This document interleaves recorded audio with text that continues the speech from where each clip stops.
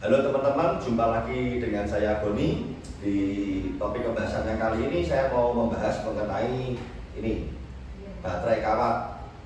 Nah, jadi baterai kawat ini yang seperti teman-teman lihat di sini, ini satunya agak besar, satunya lebih kecil. Ini secara umum banyak disebut sebagai tipe medium, yang besar ini, yang kecil ini sebagai tipe mini.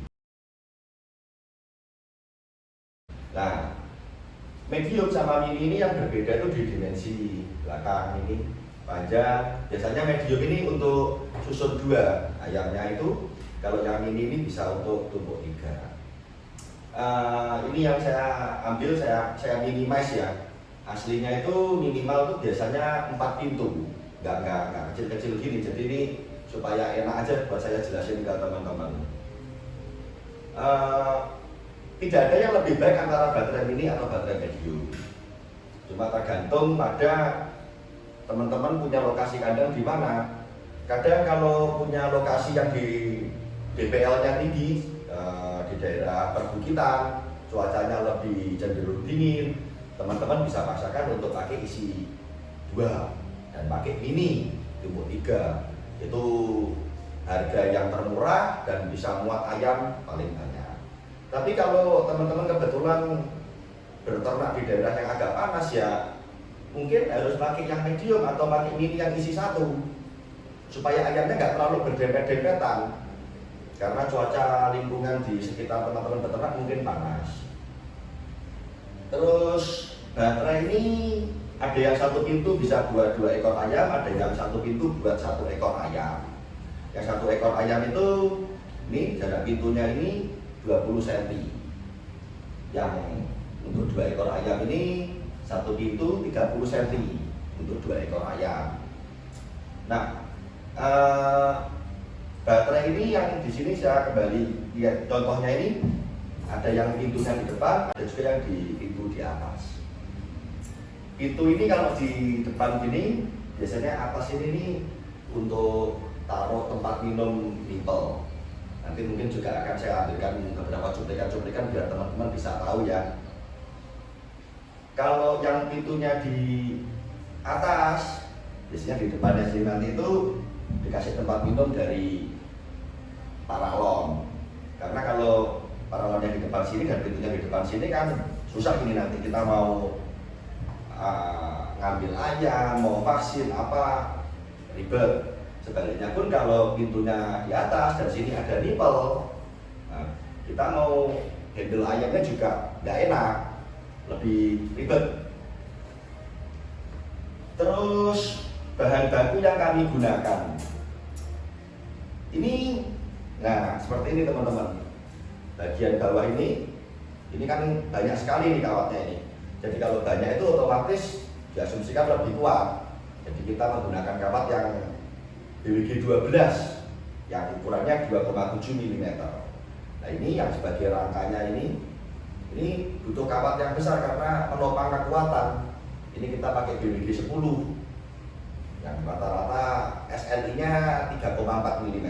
Oh ya, BWG itu adalah satuan dari kawat selain di milimeter. Biasanya kita sebut kalau beli di toko itu kawat 10, kawat 12 itu sebetulnya BWG atau kepanjangannya British Wheat Gauge. Terus ini anten nipel ini, buat taruh nipel ini, kalau saya pribadi saya suka di depan sini ya. Jadi ayam habis keluar kepalanya sini makan, minum, makan, minum. Tapi ada beberapa peternak yang suka nipelnya ini ditaruh di belakang. Ya itu kembali lagi sih ya, opsional dari selera dari peternak. Nggak ada yang lebih baik, nggak ada yang lebih bagus juga, tergantung. Jarak nipel ini saya sarankan kurang lebih sekitar 15 cm ya, tapi 15 cm itu dari sini loh, bukan dari sini. Karena nanti ini pas buat kepalanya ayam, buat minum itu estimasinya ayamnya nggak terlalu susah, juga nggak terlalu nekuk juga lehernya. Nah, untuk perakitan cages ini ya, ini ada macam-macam teman-teman. Banyak yang pakai ini kawat hidrat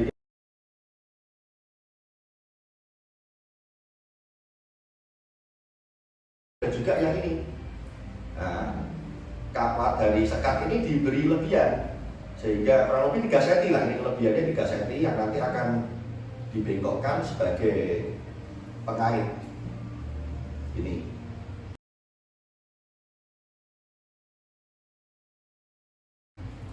Tapi biarpun pakai ini, biasanya orang bilang pakai pedal ya, bahasa gaulnya.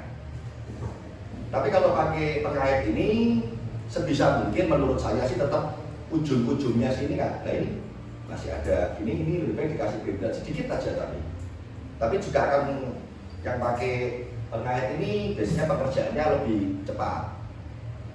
Cuma kompensasinya biasanya agak kurang rapi.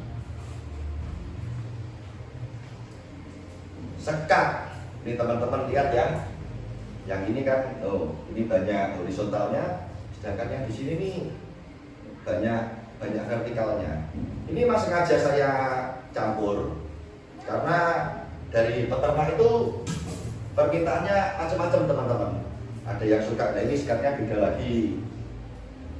Itu semua relatif ya, peternak mau yang mana kita bisa sesuaikan dengan permintaan. Tidak ada yang lebih bagus, juga nggak ada yang lebih jelek. Selera aja sih. Terus untuk baterai ini, nah ada yang pakai baterai bambu dan mereka hanya beli alasnya ini aja. Nanti akan saya carikan gambarnya atau videonya untuk didokumentasikan, jadi teman-teman bisa lihat perbedaannya. Karena yang seperti di video saya yang lalu, banyak peternak bambu yang suka kalau pakai alas ini karena kotoran ayamnya nggak nempel di bambu sehingga hasil telur dipanen itu bersih.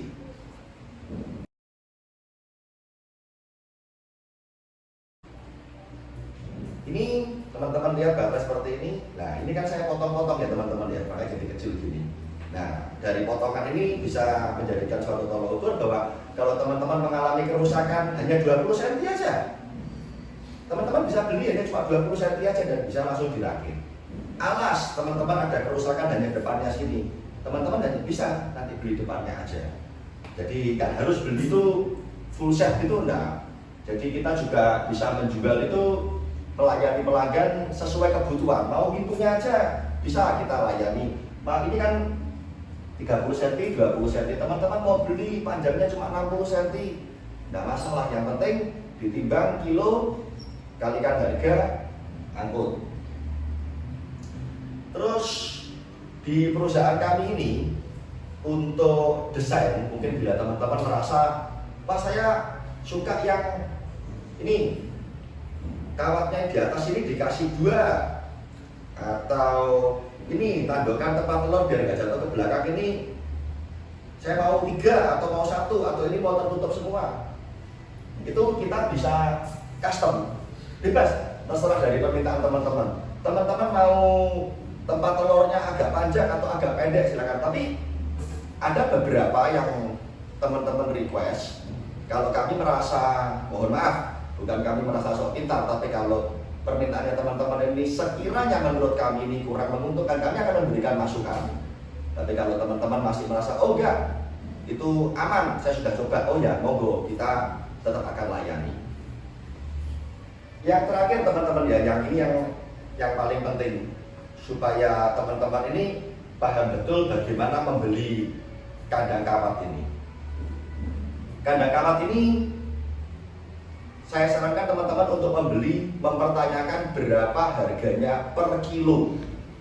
Jangan pernah teman-teman mau beli baterai ini dengan kondisi 1 set harga sekian. Karena gini teman-teman, kalau teman-teman beli per set harganya sekian, teman-teman nggak timbang per kilo. Mohon maaf kalau saya mau curang.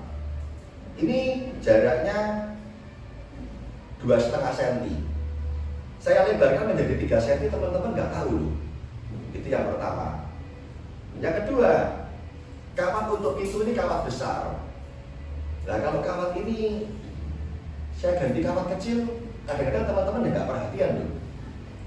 Kawat sekat begini banyak, ada yang dikurangi.